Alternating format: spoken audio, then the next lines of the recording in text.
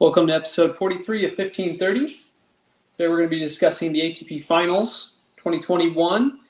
Alexander Zverev won it. We're going to talk about what that means with him capturing, this is his second ATP Finals crown. That means for the tennis world and the things that we learned throughout the finals. We're going to be doing kind of a new format, kind of based on top 10, and hopefully it'll be fun. But let's go ahead and get started with the stat of the day. So, Matt, we have stat of the day. Pretty interesting stat was zero break points created. Medvedev in the final. I was expecting a pretty thrilling match for the final since Medvedev had just beaten Zverev in the round robin in the 3-set match.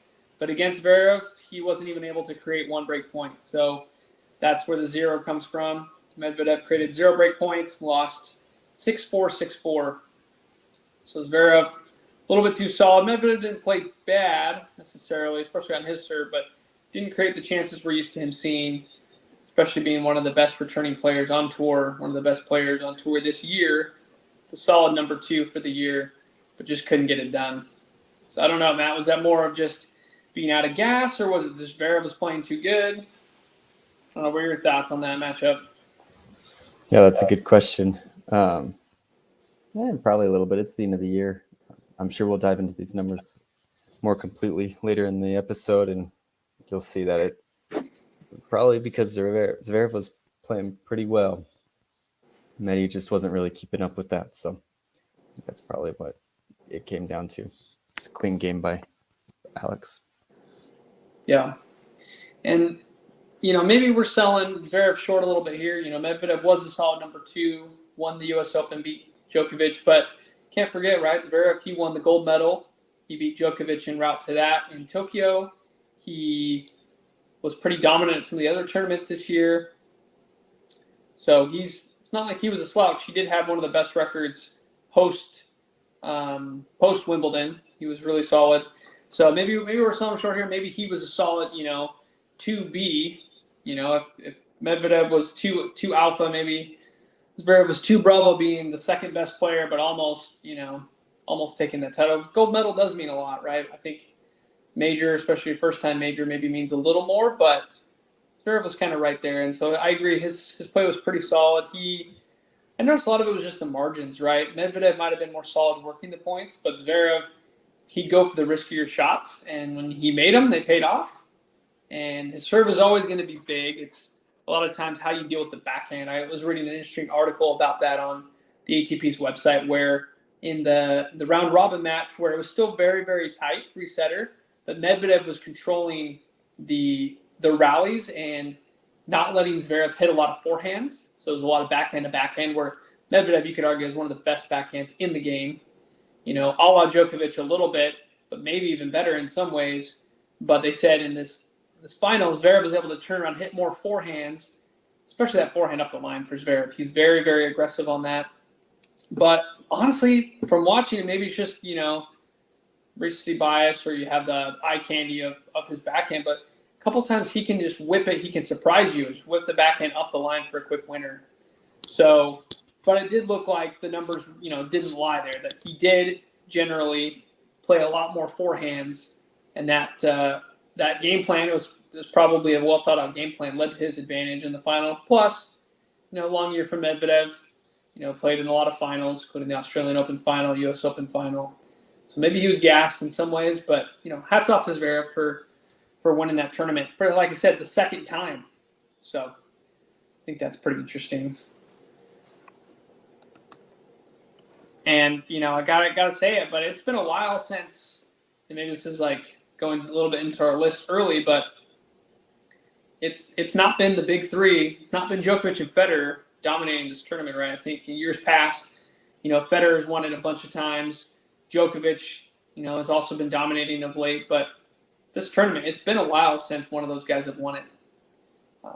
Maybe Fed's not really the king of the indoors, and maybe Djok isn't either, which, him beating Medvedev in Paris indoors was dominant, but at the ATP Finals, he's just not winning that. I think what's the last time Djok was in a final in 2018 against Zverev? Didn't win a set. Zverev won in straight sets. think the last time Djokovic won it might have been maybe 2015.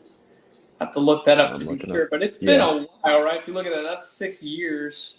It's a good memory.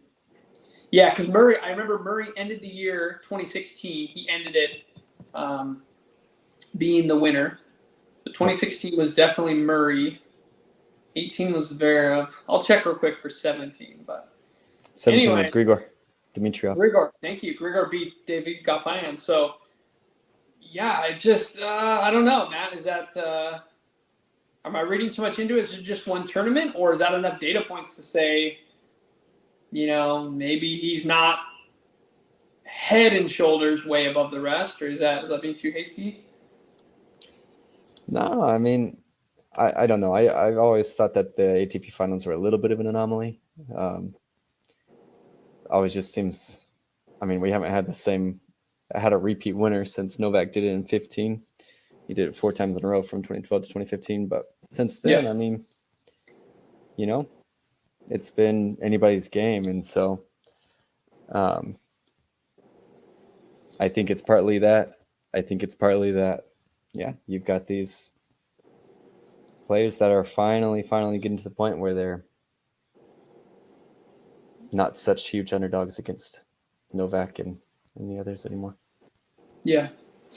Yeah, and to your point there, I think, if you think about someone like Djokovic, where he's used to being the top seed or, 1 or 2, basically, right, for many, many years, your draw is a little bit easier, right? You don't have to play, because literally the ATP Finals is the best 8 players in the world going round robin, and Djokovic has gotten knocked out in the round robin. It's not that often, but I remember Federer did it to him in 2019, kind of got some Wimbledon revenge on him in London in the indoors, even though, I'd rather have a Wimbledon title than knock out Djokovic in the round robin, but still that's kind of what happened, right? So I guess what I'm saying is, if you have to play the best 8 players in the world and you have to get to the title, there's a little bit of luck involved. It's best of 3, which isn't Djokovic's strength. I'd say he's much better best of 5 player.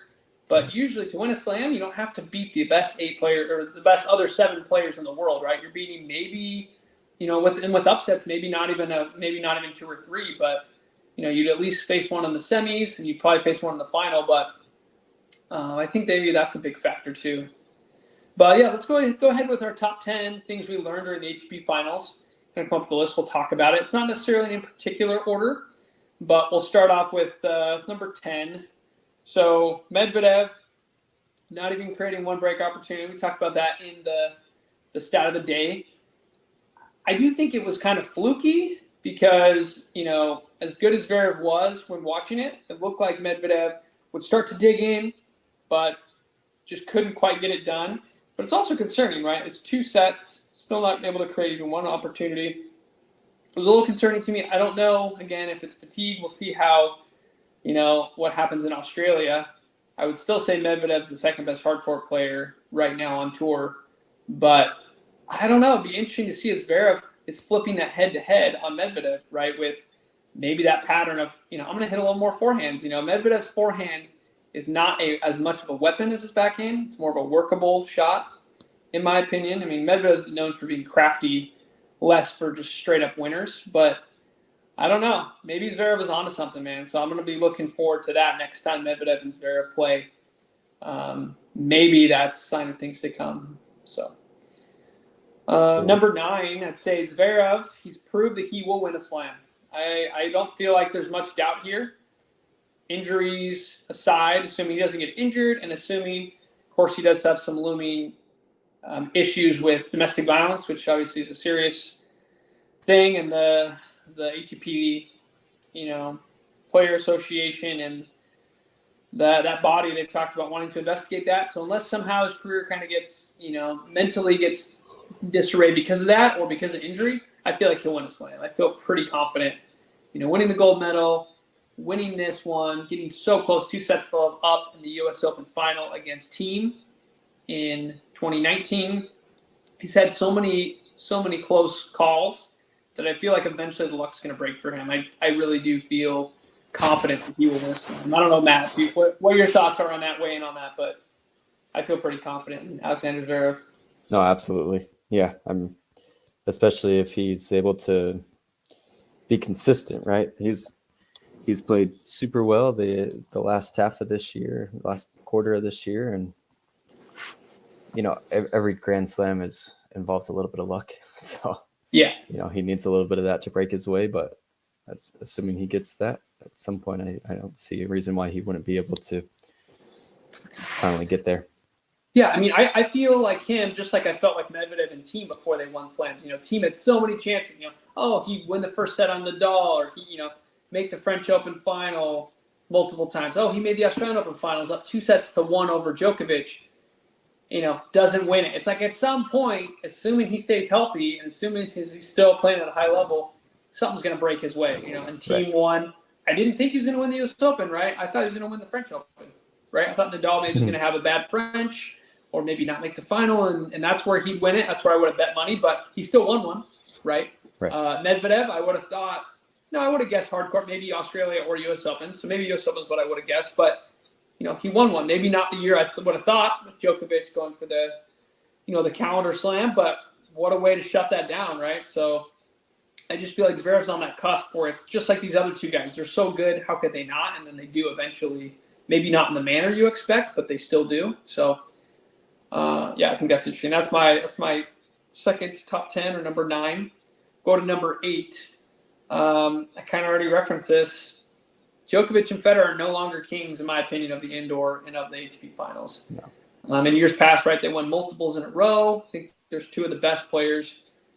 Has Djokovic won more than Federer in the ATP finals? I think he has, maybe by one, but I think so. Yeah, we can verify that. But I don't think they're the kings anymore. And Federer proved that when, he had that chance in the semis against Goffin.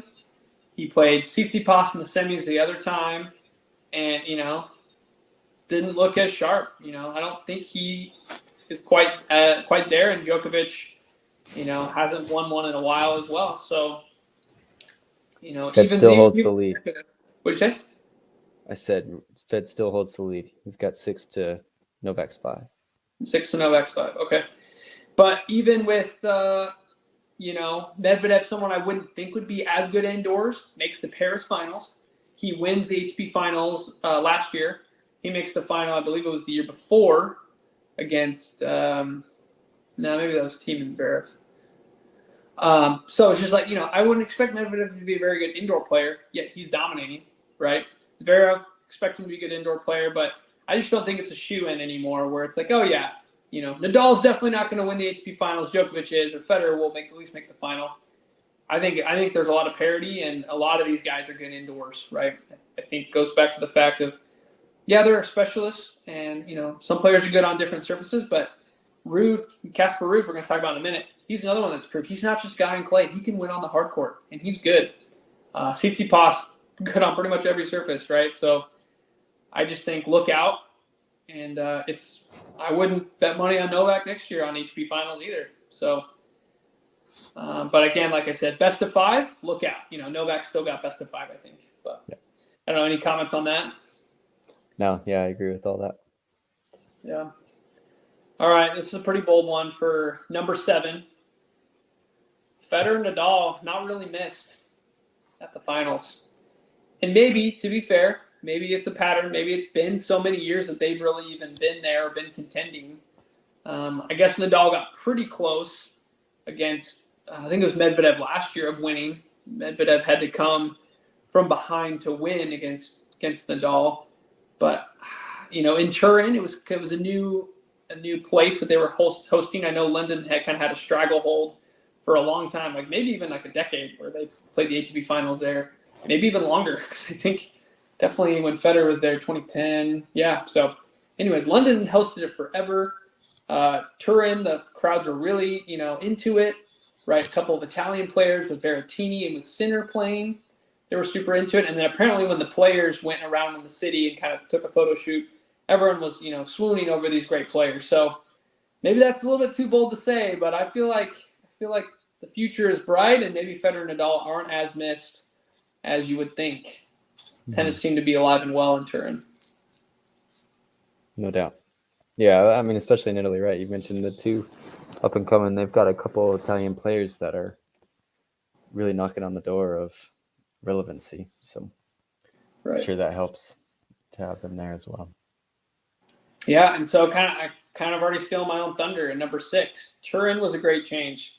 I think it's good to have that refreshing change, a different locale, different kind of vibe to the stadium. London's obviously great, but I think it's good for them to spread the wealth and help out some of the other players there, right? I think they definitely benefited from the home crowd. Even though Berrettini kind of had to retire because he was injured, Sinner, I think, obviously did great. And it was cool to see that environment, see the buzz in that stadium because they don't usually host these great players, the top players in the world. So it's pretty cool. Again, my list just is full of great transitions. So number 5 was Sinner is the future. He's the new next gen. Yannick Sinner got biggest backhand and forehand, maybe even on the tour. Obviously, he's got to figure out to be a tiny bit more consistent and up his game and the levels mentally where the big three and Djokovic and Medvedev are. But I don't feel like he's lacking any firepower. That guy has got a huge game. It was really fun to watch. Alcaraz, the young Spaniard, who I think he upset Tsitsipas at the U.S. Open in 5 sets. Him and Sinner battling it out in Paris in the indoors, and it was electric. I think Sinner ended up losing that one, but I think the future is pretty bright. And Sinner is, I think he's part of that next new, that new next gen, right? I think he's barely 20 or 21 years old, like barely, he's still very, very young, but he's got some match play. He's really, really good. He's won some tournaments already, kind of setting records for his age and his maturity. Every time I see him scalp a new, experienced player, I'm honestly not surprised anymore. So I wonder how quickly we're going to see him rise. He goes from winning the ATP Next Gen finals, I think it was a couple years ago, and then he wins a match. He was an alternate, but he won a match, the first match played. So I think he's got some big game. Let's see. Speaking of game, number 4, Casper Ruud. That guy can play. His debut in the ATP finals, he makes the semis, right? And with a stacked draw with Rublev, with Tsitsipas, I guess he retired injured, but Zverev, Djokovic, Medvedev. It's amazing that Ruud made the semis. Of course, he lost in straights to Medvedev, but still, Rublev has made the tournament at least 2 times and has never made the semis. So on his debut, making the semis, and this is the guy last year, if you would have said, oh yeah, Casper Ruud, indoor, hard court, he's going to make, even make the finals. And people would be like, what? That dude's a clay court specialist. But he showed this year making it very far in hard court tournaments. But he has got, great forehand, pretty good serve. This guy can battle on any surface. We'll see about grass, but definitely hard court and clay. So want to put a plug in for Casper Ruud for the Norwegian fans there. He's got some huge game. All right, Matt, so we're down to number 3 for our top 10 list. So number 3 is Medvedev was the clear number 2 player, but Zverev muddies it a little bit, this argument a little bit. And I kind of talked about that with the, Medvedev winning the U.S. Open, making so many finals, again, making this other final, ATP finals. Clearly number 2 player, but Zverev, having a great record with the Olympics and, kind of beyond. He maybe was, a very, very close third. So, yeah, hats off to both those guys. They're chomping at the bit. Zverev really does struggle to beat Djokovic in best of 5, but he's beaten him in 2 best of 3 matches, one in the Olympics and one here in the semifinals of the ATP finals. So, I don't know if you have anything else to say about those 2 guys, those great athletes. No, it's great to see him. I was thinking about, you mentioned nobody really missed Fed and Rafa. You have these other sports, you follow teams, right? You can look at soccer for the international fans, football. And so you can be fans of a whole team no matter how many people come and go. I'm a Florida State fan or a Man U fan. But tennis is different. It's an individual sport, right? And so as these players start to wane in their career, you have to transition to a new generation, a new group of kids that you like or people that you like. And I think that's happening. I think it's finally coming up, and people are really seeing these different personalities, and they're new and brash and excited and much different from the formality and gentlemanly Federer and even Rafa with their Yep. Professionalism. And I Good think point. people like that. I think they like that what it's bringing to tennis, and so I think Medvedev is full of character, full of personality in all of his interviews and things. And so you see that these players coming in, and it's you get to know them and get to really enjoy them and enjoy their play on the court, and they're putting their play behind their words and really competing. And so I think it's great. You see these people coming in and making it very competitive. Yeah, I liked how you brought up kind of their personality stuff too. I mean, Medvedev's so funny with his celebration. What do they call it? The limp fish. Like the FIFA fans, right? Where when he won it and kind of did that interesting celebration. It's like I said, new generation. Not only playing style, being different, but personalities as well. And I think, like you said, it adds a good spice, good variety to the game. And I think kind of like at a smorgasbord or whatever, at a buffet, people like their Federer and Nadal. They scoop that on there, maybe some Djokovic. Why not get more, right? And I think people are entertained. I personally, think it's really fun to watch the unique style of Tsitsipas, right. Even Team in the way that he battles. It's like, okay, I'll scoop up a little bit of them on the plate, add a little bit of spice, a little bit of variety. So, like you're saying, it's interesting as sports fans who you gravitate to, but there is more room than just for Nadal or Federer, and that's coming from me, a big Federer fan, right? There's a lot of other good players to watch. If you enjoy the game of tennis, I think there's always more to be learned, right? They always talk about how Federer can always make up new shots and new ways of hitting the ball that people have never seen, but we're kind of seeing that new styles of play that arguably are different and unique. And I feel like, oh, you can win a match in that manner, or you can hit a shot like that, So it's fun to watch these other players and see what they can bring to the table. Speaking of that, I want to talk about one of the numbers here was 87%. That was Djokovic's first serve points won against Zverev in the semis. You see a number like that, you would think, man, Djokovic, as long as he had a decent first serve percentage, he's going to win that handily. And he had a good first serve percentage, 65% is pretty good. But Zverev just took it. He just attacked so hard on Novak's second serve, which is usually a pretty solid serve. He only won 42% of his second serve points won. So Zverev definitely had a clear game plan. He served really well himself. He won 78% of his first serve points, which is still great. But he won also 65% of his second serve points. So, again, just hats off to Zverev because Novak served really well on the first serve. And usually you see numbers like that, you think Novak wins. Not just wins, but wins in a landslide. And that's not what happened. So, again, credit to Zverev. That's kind of my next point was number 2, Zverev. He has small margins sometimes, but when he's hitting those lines, when he's hitting those serves, he's really hard to beat. He's definitely lights out. So I noticed that against Novak where, he got into some trouble, but he was able to serve his way out of trouble, and it was pretty dominant.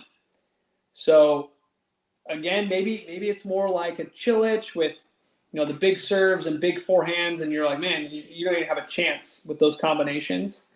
And you can get hot and you can run to a U.S. Open final and win the U.S. Open. You can run to a Wimbledon final, U.S. or Australian Open final. I think he lost those 2 to Federer. But, you can get hot and make some finals. And Zverev, he can also rally too. So I think he's got a few different facets to his game. But I love watching him attack.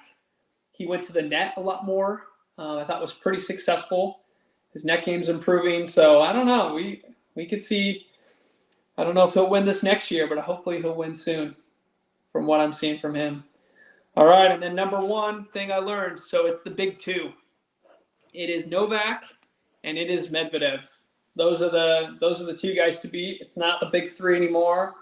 The traditional big 3, Federer, Nadal, Djokovic. Maybe the big 3 will be reinvented if Nadal comes back and plays really well, but I think right now it's the big 2. It's Djokovic and Medvedev. Another way you can think of the big 2 is Medvedev and Zverev. Right, where Djokovic having to get through those 2 guys is so hard, right? And Djokovic proved that, right, with having to beat, had he lost to, U.S. Open, he beat Zverev in that tight 5-setter, lost to Medvedev the next match. And this one, he couldn't even get through the first guy. He couldn't get through Zverev. He would have had to face Medvedev in the final. So I think, maybe for Novak, that could be really tough if he starts seeing these guys in the semis, and then he goes, I have to see the other one in the final. That could be like a brick wall going through. But as far as who was the dominant, who do you not want to face? The rankings got it right. It's 1 and 2. It's Djokovic, then Medvedev. But I think for others, seeing that Medvedev and Zverev, they could be rivals for a while. They could be at this for a while. And I don't know who the new big three is going to be, right? Rublev's pretty good, but kind of tapered off. Didn't really have a good second half of the year. Tsitsipas struggled with injuries. Team obviously still struggled with injuries. So I don't know who that third player is going to be. But the new big, we always got to think of these players that are hungry and want to dominate. And I think we could see a new big three forming, especially when Djokovic retires or just eventually isn't up to snuff. But I don't know, Matt. That's pretty bold one. What do you think about that? The big two, not only Djokovic and Medvedev, but about Medvedev and Zverev being part of a new big two. Yeah, it's interesting the point you bring up of having to get through both of them. And yeah, it's super valid. That's really intriguing, and I think you're going to see a lot more matchups like that, and a lot more uncertainty there of Djokovic getting to the end. Like you said earlier in this list, Djokovic still has it in the best of 5, right? I mean, obviously the US he didn't quite complete there, but he's still a force to be reckoned with in best of 5 tournaments. But yeah, I mean, certainly in these best of 3 and even in the slams, it's real tennis. It's real competition, and I definitely agree. I think Nadal's, maybe got a few more French in him, and maybe 1 or 2 more hard courts, but that's about it. And Fed is geriatric. Yeah, I mean, and who knows? Like maybe he has a miracle run, but it's just maybe it's hard to see him beating those 3 guys, right? All 3 of them, right? Djokovic, right.